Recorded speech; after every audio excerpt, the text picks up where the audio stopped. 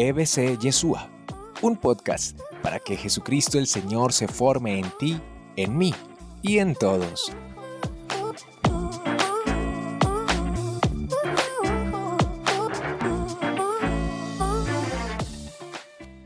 Quisiera iniciar con un texto del Antiguo Testamento. Vamos a ir al Deuteronomio.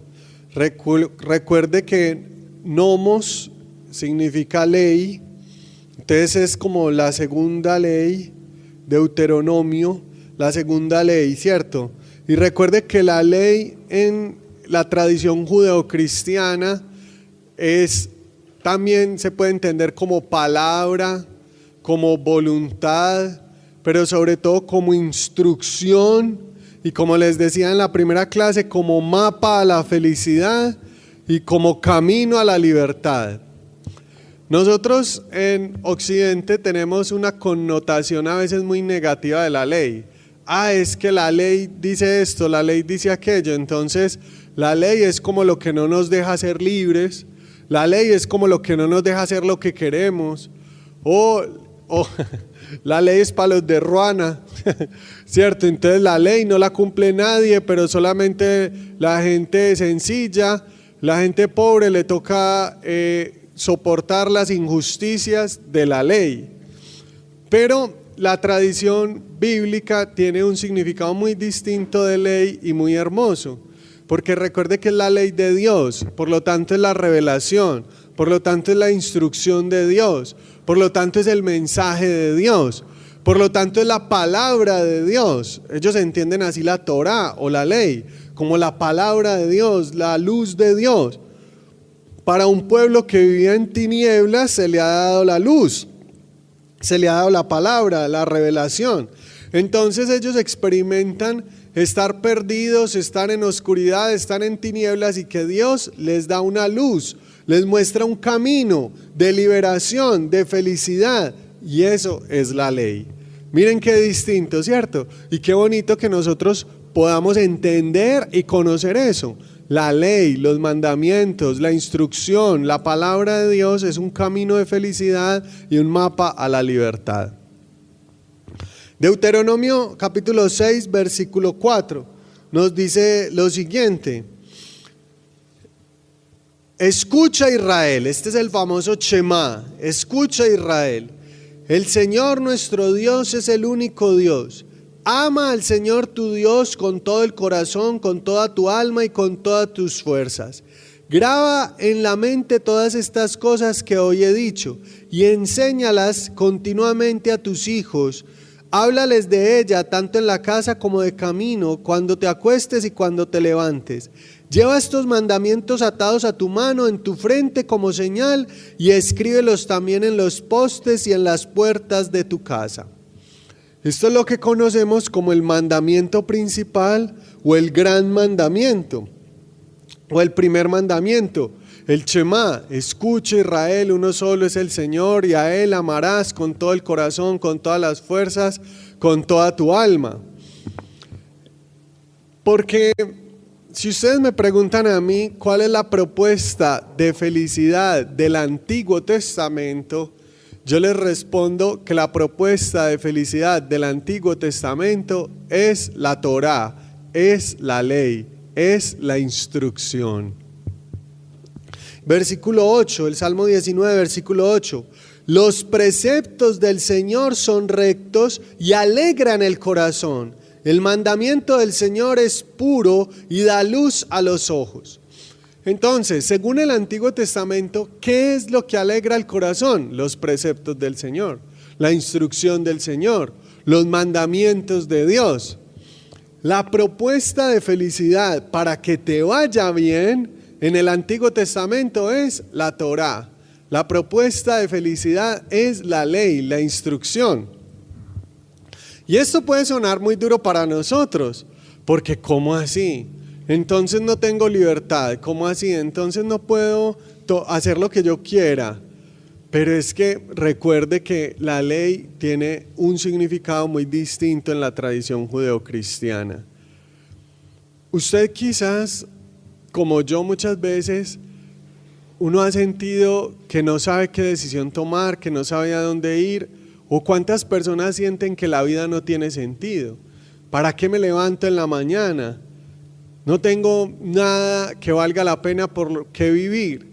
Y es ahí donde la instrucción de Dios, los mandamientos del Señor nos van mostrando un camino que se planifica en el Nuevo Testamento, porque ya Jesús nos dirá, por ejemplo, en el Evangelio de Juan, yo soy el camino. Y nos explicará Benedicto XVI preciosamente en ese libro de Jesús de Nazaret, que Jesús en las bienaventuranzas se muestra como la nueva Torá, como la nueva ley. Por lo tanto, si ustedes me preguntan a mí, ¿cuál es la propuesta de felicidad del Nuevo Testamento? Yo les respondo que es el discipulado. ¿Cuál es la propuesta de felicidad del Nuevo Testamento? El discipulado. ¿Y cuál es la propuesta de felicidad del Antiguo Testamento? La Torá, la ley. Muy bien, vamos entonces a profundizar primero un poco en el Antiguo Testamento y luego en el Nuevo Testamento, entendiendo pues este mensaje introductorio que les estoy dando. Vamos a ir al mismo libro del Deuteronomio, en el capítulo 30, versículo 15. Miren, hoy les doy a elegir entre la vida y el bien por un lado y la muerte y el mal por otro. Si obedecen lo que hoy les ordeno y aman al Señor su Dios y siguen sus caminos y cumplen sus mandamientos, leyes, instrucciones y decretos, vivirán y tendrán muchos hijos. ¿Cómo? 30:15. Y cumplen sus mandamientos, vivirán, tendrán muchos hijos y el Señor su Dios los bendecirá. Vean pues, estamos leyendo Deuteronomio 30:15. Nos dice que hay dos caminos delante. Uno, el bien y la vida. El otro, el mal y la muerte. Pero que si seguimos la instrucción del Señor, si amamos a Dios y seguimos sus caminos, Él nos va a bendecir y nos va a ir bien. Y más adelante nos va a decir en el versículo 20, amen al Señor su Dios, obedézcanlo. Y nos va a decir también, sigan pues el bien, sigan pues este camino para que acojan la vida y vivan ustedes y sus descendientes. Muy bien, vamos entonces a reflexionar un poquito al respecto. Nos está diciendo, hay un camino del mal que lleva a la muerte, pero si ustedes obedecen, hay un camino del bien que lleva a la vida. Y ahí hay una palabra clave, que es la palabra obediencia, que yo les decía que viene de la palabra audire, parecido a audífonos. Audire, parecido a audífonos. Entonces, ¿qué significa obedecer? Escuchar y poner por obra. Y a mí me gusta poner este ejemplo. ¿Usted qué audífonos tiene puestos? ¿Te has dado cuenta que, por ejemplo, en el metro, en el bus, a cada rato los jóvenes van con audífonos? Inclusive me llama mucho la atención porque ahora están de moda unos audífonos que bloquean por completo la bulla de afuera. O sea, no escuchan nada de lo de afuera y solamente escuchan lo que ellos quieren, la música o el mensaje que ellos quieren. Pero todo lo de afuera se bloquea por completo. Y me impacta mucho porque uno elige qué audífonos usar, a quién obedecer. ¿Usted tiene puestos los audífonos de Dios o los audífonos del mundo? Porque los audífonos del mundo te van a dar un mensaje y usted a qué va a ir por allá y usted está perdiendo el tiempo y entonces dedíquese más bien a conseguir plata y entonces haga esto, haga aquello. Y los audífonos de Dios te van a dar otro mensaje, ¿cierto? Que es el mensaje de la fe, el mensaje del amor, el mensaje de la oración, de la Eucaristía. ¿Cuáles audífonos tienes puestos? Ahí está, Deuteronomio 30:15. Delante de ti hay dos caminos. ¿A quién vas a escuchar? ¿Al mundo o a Dios? ¿A quién vas a seguir? Pues bien, si en el Antiguo Testamento la propuesta de felicidad es la ley, la Torá, es escuchar a Dios, amar a Dios, seguir su instrucción, seguir sus mandamientos para que seas feliz, para que te vaya bien, pues en el Nuevo Testamento la propuesta de felicidad es ¿qué? El discipulado. Jesús es la nueva ley, Jesús es la nueva Torá. Una de las cosas muy interesantes que explica Benedicto XVI en su libro Jesús de Nazaret es acerca de un libro que se llama Un rabino habla con Jesús, y es un diálogo entre el cristianismo y el judaísmo. Entonces el judío pregunta, bueno, ¿y qué le sumó Jesús a la ley? Y responde, nada. ¿Y qué le quitó? Nada. Entonces, ¿cuál es la diferencia? Que Jesús es la nueva ley. Ya no es que le haya sumado un decreto, ni que le haya restado un decreto, sino que Jesús es la nueva ley. Es decir, nuestro camino de felicidad y nuestro camino de liberación, nuestro mapa a la libertad y nuestra instrucción a la felicidad viene a ser ya una persona. Una persona que aceptamos como maestro, como Señor y como Salvador. Una persona que nos cambia la vida. Recuerden lo que dice también el Papa Benedicto. No nos hacemos cristianos por una gran idea, ni por sumarnos a unas leyes o a unos ritos de una doctrina. Nos hacemos cristianos por el encuentro con una gran persona que le da un camino nuevo, un norte distinto, un horizonte definitivo a nuestra vida. Y ese encuentro con Jesús, de donde nace el discipulado, es la nueva propuesta de felicidad. Conocer a Jesús, amar a Jesús, seguir a Jesús y aprender de Él. Entenderlo como modelo de humanidad, entenderlo como modelo de hombre. Todos necesitamos modelos. Entonces el niño empieza a buscar modelo en su papá, empieza a buscar modelo en un futbolista, empieza a buscar modelos en un profesor o en un artista o en un cantante. Todos empezamos a buscar modelos. Pues bien, conociendo nuestra naturaleza, nos regala un modelo perfecto, Jesús. ¿Para qué? Para que tengamos a quién seguir, a quién imitar, para que tengamos en quién inspirarnos, que sea un modelo que verdaderamente lleve a la vida, que sea un modelo que verdaderamente llegue a mostrarnos la voluntad de Dios. Porque esos modelos del mundo terminan siendo un fracaso. Usted se ha visto, por ejemplo, ese programa que dan en History Channel de la vida de los famosos. Y entonces son los modelos para muchos adolescentes y para muchos jóvenes, pero ¿cómo es su vida privada? Llenos de desorden, de alcoholismo, de excesos, de drogas, de sinsentido, de vacío, de tristeza, de amargura, de dolor. Y esos son dizque los modelos que nos muestra la pantalla. Pero cuando uno va a ver, no hay nada. Como dice el padre Carlos Yepes, porque hay gente que deslumbra, pero no alumbra. Porque hay gente que es personaje, pero no persona. Y así hay muchas veces son así esos modelos. No son personas, solo personaje. Deslumbran, pero no alumbran. Entonces Dios en su infinita misericordia nos regala a Jesús como modelo. Y es ahí donde empieza el discipulado.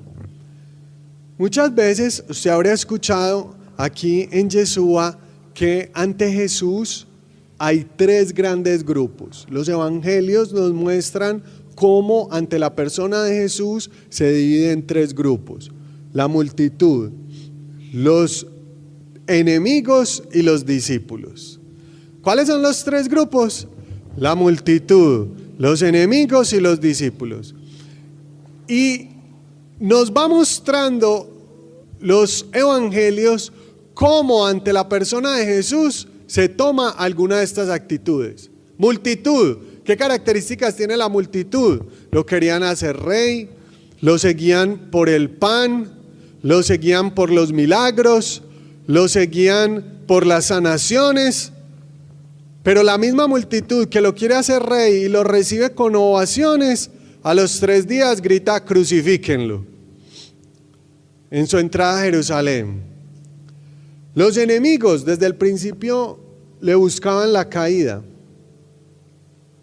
Desde el principio lo perseguían. Entonces los fariseos, los maestros de la ley, el imperio romano, lo veían como un peligro. Lo perseguían, lo calumniaban y lo llevaron a la muerte, los enemigos. Y como dice también el padre Carlos Yepes, por más bien que alguien haga, hay personas que nunca lo van a leer bien, nunca lo van a interpretar bien, nunca lo van a aceptar bien.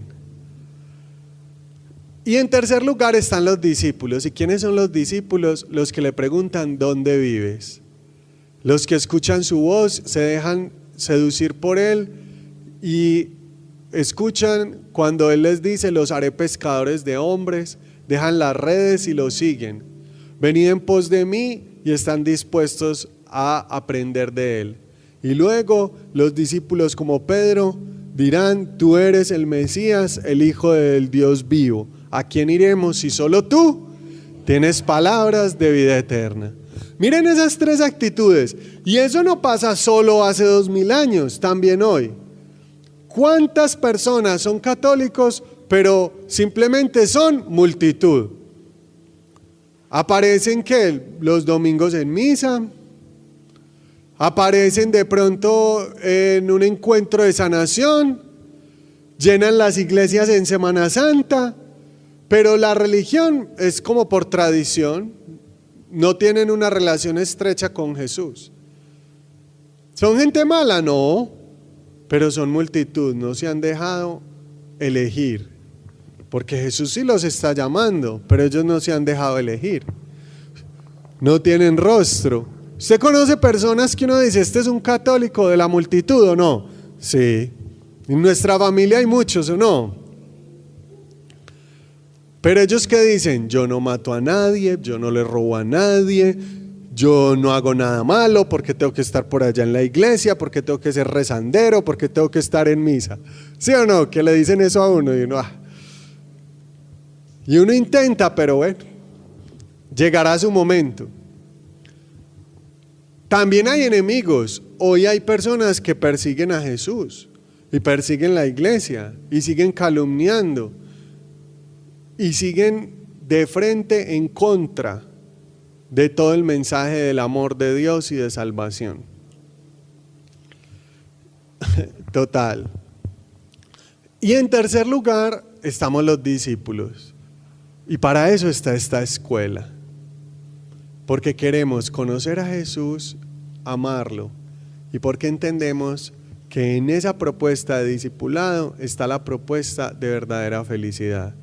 Juan David, y en la propuesta de verdadera felicidad de Jesús, entonces no le pasa a uno nada malo. No, todo como común y corriente, las dificultades, adversidades, problemas, pero se asume de una manera diferente, se asume con Dios, se asume con esperanza, se asume con paz, se asume con unos elementos diferentes. Se asume con la esperanza de la vida eterna, se asume con la esperanza del cielo y se asume con la esperanza de que nuestra vida y nuestro futuro está en Cristo. Y entonces, ¿cuál es la diferencia? La diferencia es total. Una cosa es uno estar enfermo, sin esperanza, y otra cosa es uno estar enfermo con Dios, que es esperanza, que es consuelo, que es fortaleza. Una cosa es uno tener problemas sin Dios, sin esperanza, sin luz. Otra cosa es uno tener problemas con el Señor, que nos muestra soluciones, que nos regala su espíritu de creatividad para encontrar soluciones, que nos consuela, que nos fortalece, que nos anima. Yo a cada rato me hago esa pregunta: ¿cómo hace la gente que no cree en Dios? No, ¿cómo hace la gente que no cree en Dios para asumir la muerte, para asumir la enfermedad, para asumir el dolor, para asumir la pérdida de un ser querido, para asumir la crisis, para asumir la derrota? ¿Cómo hace la gente? Antes, con razón, mucha gente se suicida, o con razón la guerra, o con razón tanta maldad, porque ese miedo, ese sinsentido, esa desesperanza los lleva a la violencia. Pero los que hemos creído en el amor, los que hemos creído en Jesús, los que hemos creído en el Señor, tenemos una luz en el camino. El pueblo que vivía en tinieblas vio una gran luz. Y esa luz nos da consuelo, y esa luz nos da paz, y la paz es el mejor ambiente para la felicidad, para uno alegrarse con las cosas sencillas.